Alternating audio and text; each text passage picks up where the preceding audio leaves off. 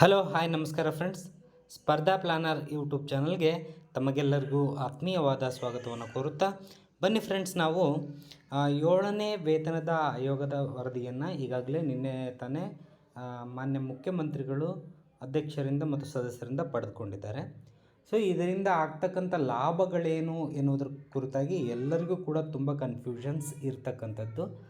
So ಹಾಗಾಗಿ ನಾವು ಕೆಲವೊಂದು ಕಡೆ ವಿಚಾರಿಸಿದಾಗ ಮತ್ತು ಕೆಲವೊಂದು ಪೇಪರ್ನಲ್ಲಿ ಬಂದಿರುವಂತಹ ಮಾಹಿತಿಗಳ ಆಧಾರದ ಮೇಲೆ ಮತ್ತು 7ನೇ ವೇತನ ಆಯೋಗದ ಶಿಫಾರಸ್ಸಿನ ಕೆಲವು ಅಂಶಗಳ ಆಧಾರದ ಮೇಲೆ ನಾವೊಂದು ಉದಾಹರಣೆಗಾಗಿ ಇಷ್ಟು ವೇತನ ಆಗ್ಬೋದು ಅಂತಂದು ಒಂದು ಬೇಸಿಕ್ ಇಟ್ಕೊಂಡು ಅದರ ಕ್ಯಾಲ್ಕುಲೇಷನ್ ಪ್ರಕಾರ ಮಾಡ್ತೀನಿ.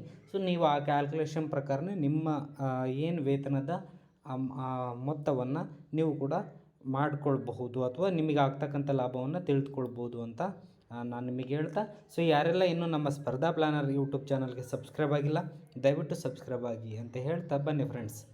ಈಗ 7ನೇ ವೇತನ ಲೆಕ್ಕಾಚಾರ ಹೇಗೆ ಅನ್ನೋದ್ರ ಕುರಿತಾಗಿ ಪ್ರಸ್ತುತ ತಿಂಗಳ ವೇತನ, ಈ ಮಾರ್ಚ್ ತಿಂಗಳ ವೇತನ ಪರಿಷ್ಕರಣೆ ಆದ DA ಸೇರಿ ಈಗೇನು ಇನ್ನೂ ಆಗಿಲ್ಲ. ಆ್ಯಕ್ಚುಲಿ DA ಏನು ಕೊಟ್ಟಿದ್ದಾರೆ 3.75 ಅದನ್ನೆಲ್ಲದನ್ನು ಸೇರ್ಕೊಂಡು ನೋಡೋದಾದರೆ ಒಂದು ಬೇಸಿಕ್ ಒಬ್ರದ್ದು ಹೇಳ್ತಾ ಇದ್ದೀನಿ 31,100 ರೂಪಾಯಿ ಮೂಲ ವೇತನ ಇದೆ ಅಂತ ಅನ್ನೋದಾದರೆ ಅದರಲ್ಲಿ 13,217 ರೂಪಾಯಿ 42.5 DA. ಅಂದರೆ ಇಲ್ಲಿ ಏನಾಗ್ತಕ್ಕಂಥದ್ದು ಅಂತಂದರೆ ಇಲ್ಲಿ ನೋಡ್ಬೋದು ನೀವು, ನಾನು ಕ್ಯಾಲ್ಕುಲೇಷನ್ 31,100 ಡಿವೈಡ್ ಬೈ 100 ಇಂಟು 42.5 ಹಾಕಿದರೆ 13,217 ರೂಪೀಸ್ ಆಗುತ್ತೆ ಫ್ರೆಂಡ್ಸ್. ಸೊ ಹಾಗಾಗಿ 13,217 DAಗೆ ಬರೋವಂಥದ್ದು. ಆ್ಯಂಡ್ IR ನೀವು ನೋಡ್ಕೋಬೋದು, ಇದೇ ರೀತಿ ನಾನು ಹೆಂಗೆ ಕ್ಯಾಲ್ಕುಲೇಷನ್ ಮಾಡಿದ್ನಲ್ಲ ಅದೇ ರೀತಿಯೇ 31,100 ರೂಪಾಯಿಗೆ ನೀವು ಡಿವೈಡ್ ಬೈ 100 ಹಾಕಿ ಅದಕ್ಕೆ 17% IR ಏನಿದೆ ಅದನ್ನು ನೀವು ಹಾಕ್ಕೊಂಡ್ರೆ 5,287 ರೂಪಾಯಿ 31,100 ರೂಪಾಯಿ ಮೂಲ ವೇತನಕ್ಕೆ ಅನ್ನುವಂಥದ್ದು ನಾವು ನೆನ್ಪಿಟ್ಕೋಬೋದು. ಮತ್ತು HRA 2,488 200 ರೂಪಾಯಿ ಮೆಡಿಕಲ್ ಭತ್ಯೆ ಅಂತ ಕೊಡ್ತಾರೆ. ಟೋಟಲ್ ಆಗಿ 31,100 ರೂಪಾಯಿ ಮೂಲ ವೇತನ ಇರತಕ್ಕಂಥ ಒಬ್ಬ ನೌಕರ 52,292 ಒಟ್ಟು ವೇತನ ಗ್ರಾಸ್ ಸ್ಯಾಲ್ರಿನ ತೆಗೆದುಕೊಳ್ತಾನೆ. ಈ ರೀತಿಯಾಗಿ ಫಸ್ಟಿಗೆ ಇದು ಎಲ್ಲರಿಗೂ ಗೊತ್ತಿರುವಂಥದ್ದು, ನಾನು ಸ್ಪೀಡಾಗಿ ಹೋಗ್ತಾ ಇದ್ದೀನಿ ಇಲ್ಲಿ. ಆ್ಯಂಡ್ ನೆಕ್ಸ್ಟ್ ಈಗ ಏನು 7ನೇ ವೇತನದ ಲೆಕ್ಕಾಚಾರ ಹೇಗೆ, ಆಯೋಗದ ಶಿಫಾರಸನ್ನು ಯಥಾವತ್ತಾಗಿ ಜಾರಿಗೊಳಿಸಿದರೆ ಆಗುವ ತಿಂಗಳ ವೇತನ. ಒಂದು ವೇಳೆ ಆಯೋಗ ಏನು ಶಿಫಾರಸನ್ನು ಮಾಡಿದೆ ಅದನ್ನು ಯಥಾವತ್ತಾಗಿ ಹೇಗಿದೆ ಹಾಗೇ ಶಿಫಾರಸನ್ನು ಜಾರಿಗೊಳಿಸಿದರೆ 31,100 ರೂಪಾಯಿ ಇರತಕ್ಕಂಥ ಮೂಲ ವೇತನ ಇರತಕ್ಕಂಥ ನೌಕರನಿಗೆ 50,300 ರೂಪಾಯಿಗಳ ಮೂಲ ವೇತನ ಆಗುತ್ತೆ ಫ್ರೆಂಡ್ಸ್. ಸೊ ಹಾಗಾಗಿ ಅದಾದ ನಂತರ ಇನ್ನು ಏನು ಬರುತ್ತೆ ಅಂತಂದರೆ 8.5 DA ಅಂತಂದರೆ ಇಲ್ಲಿ ನಾವು ನೋಡ್ಕೋಬೋದು 12%. ಈಗ 1/7/2022 ಏನಾಗಿದೆ, ಸೆಂಟ್ರಲ್ ಗೌರ್ಮೆಂಟ್ನವರು ಎಷ್ಟು ಕೊಟ್ಟಿದ್ದಾರೆ, ಎಷ್ಟು ಪರ್ಸೆಂಟೇಜ್ DA ಕೊಟ್ಟಿದ್ದಾರೆ ಅದರಲ್ಲಿ 0.7222 ಅಂದರೆ ಈ ರೀತಿಯಾಗಿ ಏನು DAನ ಹೆಚ್ಚುವರಿ ಕೊಡಬೇಕಾಗುತ್ತೆ, ಅಂದರೆ DA ಕೊಡಬೇಕಾಗುತ್ತೆ ಅಂತ ಅನ್ನೋದನ್ನು ಶಿಫಾರಸು ಮಾಡಿದ್ದಾರೆ. ಅದರ ಆಧಾರದ ಮೇಲೆ ನೋಡೋದಾದರೆ ಅಂದರೆ 1/7/2022 ಆರ್ಥಿಕ ಲಾಭವನ್ನು ಕೊಡದೇ ಇರ್ಬೋದು. ಬಟ್ ಆದರೆ ಮುಂದಿನ ದಿನಗಳಲ್ಲಿ ಈ 8.5% ಏನಿದೆ DA ಅದು ಯಾವ ರೀತಿ ಬರುತ್ತೆ ಅನ್ನೋದನ್ನ ಫಸ್ಟ್ ನೋಡ್ಬಿಡೋಣ ನಾವು. ಸೊ ಇಲ್ಲಿ ನೋಡ್ಬೋದು ಫ್ರೆಂಡ್ಸ್, ಟೋಟಲ್ 50,300 ರೂಪಾಯಿಗಳು ಇರ್ತಕ್ಕಂಥದ್ದು. ಅದು ಬೇಡ 12%, ಈಗಾಗಲೇ 4 ಅಂದರೆ 3 DAಗಳಾಗಿದ್ದಾವೆ. 1/7/2022 31/12/2022 ಆನಂತರ 2 DA ಆಗಿದೆ. ಒಟ್ಟು 12% DA ಆಗಿರುವಂಥದ್ದು. 12% DAಯಲ್ಲಿ ಏನು ಮಾಡಬೇಕು ಅಂತಂದರೆ ಇಂಟು 0.7222 ಇದನ್ನು ಹಾಕಿದರೆ 8.664 ಬರುತ್ತೆ. ಸೊ ಅದಕ್ಕೆ ನಾನು ಏನು ಮಾಡಿದ್ದೀನಿ, ಇದನ್ನು ರೌಂಡ್ ಆಫ್ ಮಾಡಿಕೊಂಡು 8.5% DA ಅಂತ ತೊಗೊಂಡಿದ್ದೀನಿ. ಈ 50,300 ರೂಪಾಯಿಗಳಿಗೆ 8% DA ಮಾಡಿದರೆ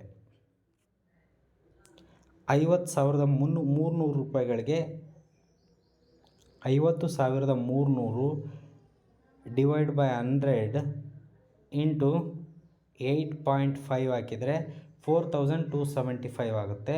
4,275 ರುಪೀಸ್ DA ಆ್ಯಂಡ್ HRA 50,300 ರೂಪಾಯಿಗೆ 7.5. ಈಗ ಶಿಫಾರಸ್ಸಿನ ಆಧಾರದ ಮೇಲೆ ಹೇಳೋದಾದರೆ ಎಷ್ಟು 7.5 ಇದೆ. ಸೊ ಹಾಗಾಗಿ 8.5 ಏನಿದೆ ಅದನ್ನು 7.5 ಮಾಡಿದರೆ ಸಿ ವಲಯಕ್ಕೆ ನೋಡೋದಾದರೆ ಪಿ ವಲಯಕ್ಕೆ ಬೇರೆ ಆಗುತ್ತೆ ಮತ್ತು ಎ ವಲಯಕ್ಕೂ ಕೂಡ ಬೇರೆ ಆಗುತ್ತೆ. ಸೊ ನಾನು ಸಿ ವಲಯದ ಮಾತ್ರ ಹೇಳ್ತಿದ್ದೀನಿ. 3,772 ರೂಪಾಯಿ ಆಗುತ್ತೆ. ಟೋಟಲಾಗಿ 3,772 HRA ಹಾಕ್ಕೊಂಡಿದ್ದೀನಿ. ಒಂದು ವೇಳೆ ನೀವು ಬಿ ವಲಯದರಾಗಿದ್ದರೆ 15% ಹಾಕ್ಕೊಳ್ರಿ.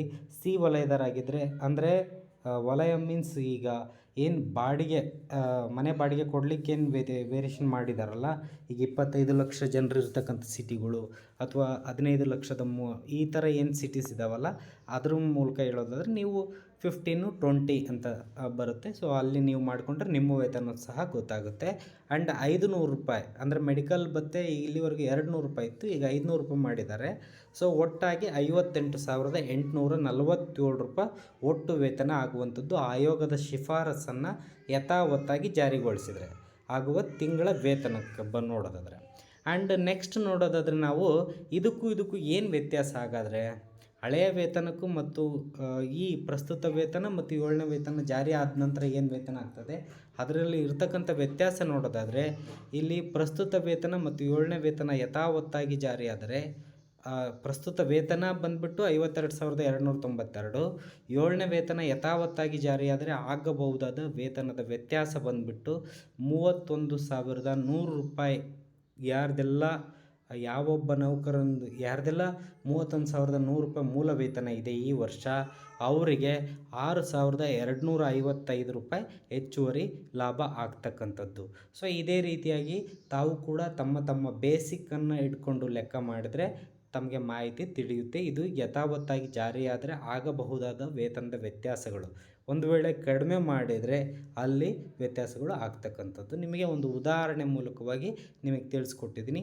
ಇದೇ ಫೈನಲ್ಲು ಅಂತಲ್ಲ, ಯಾಕಂದರೆ 8.5 ಅದೇನು ಫಿಕ್ಸೇಷನ್ ಹೆಂಗೆ ಮಾಡ್ತಾರೋ ಅನ್ನೋದ್ರ ಗೊತ್ತಾಗಲ್ಲ. ಸೊ ಅದರ ಆಧಾರದ ಮೇಲೆ ನಾವು ಮುಂದೆ ನೋಡಬೇಕಾಗುತ್ತೆ. ಬಟ್ 8.5 ಕೊಡ್ಬೋದು. ಅಲ್ಲಿ ಏನು 558 ಪೇಜ್ದಿದೆ ಅದರಲ್ಲಿ ಕ್ಲಿಯರಾಗಿ ಕೊಟ್ಟಿದ್ದಾನೆ. 1/7/2022 ಕೇಂದ್ರ ಸರ್ಕಾರ ನೀಡಿದಂತಹ 1% DAಗೆ ರಾಜ್ಯ ಸರ್ಕಾರ 0.722% ಕೊಡಬೇಕು ಅನ್ನೋದ್ರ ಹೇಳಿದ್ದಾರೆ. ಸೊ ಹಾಗಾಗಿ ಆ ಮೂಲಕ 8.5 DAನ ಕೊಡಬಹುದು. ಸೊ ಇಷ್ಟು 7ನೇ ವೇತನ ಆಯೋಗದ ಶಿಫಾರಸನ್ನು ಯಥಾವತ್ತಾಗಿ ಜಾರಿಗೊಳಿಸಿದರೆ ಆಗುವಂತಹ ತಮ್ಮ ವೇತನ ಅಂತ ಹೇಳ್ಬೋದು. ಫ್ರೆಂಡ್ಸ್, ಎಲ್ಲರಿಗೂ ಅರ್ಥ ಆಗಿದೆ ಅಂತ ಅಂದ್ಕೊಂಡಿದ್ದೀನಿ. ಒಂದು ವೇಳೆ ಯಾರಿಗಾದರೂ ಅರ್ಥ ಆಗದೇ ಇದ್ದರೆ ಸೊ ದಯವಿಟ್ಟು ಕಮೆಂಟ್ ಮೂಲಕ ನನಗೆ ತಿಳಿಸ್ಬೋದು. ಆ್ಯಂಡ್ ಯಾರೆಲ್ಲ ಇನ್ನೂ ಸಬ್ಸ್ಕ್ರೈಬ್ ಆಗಿಲ್ಲ ದಯವಿಟ್ಟು ಸಬ್ಸ್ಕ್ರೈಬ್ ಆಗಿ ಈ ವಿಡಿಯೋನ ವೀಕ್ಷಣೆ ಮಾಡಿದ್ದಕ್ಕೆ ಧನ್ಯವಾದಗಳು ಫ್ರೆಂಡ್ಸ್.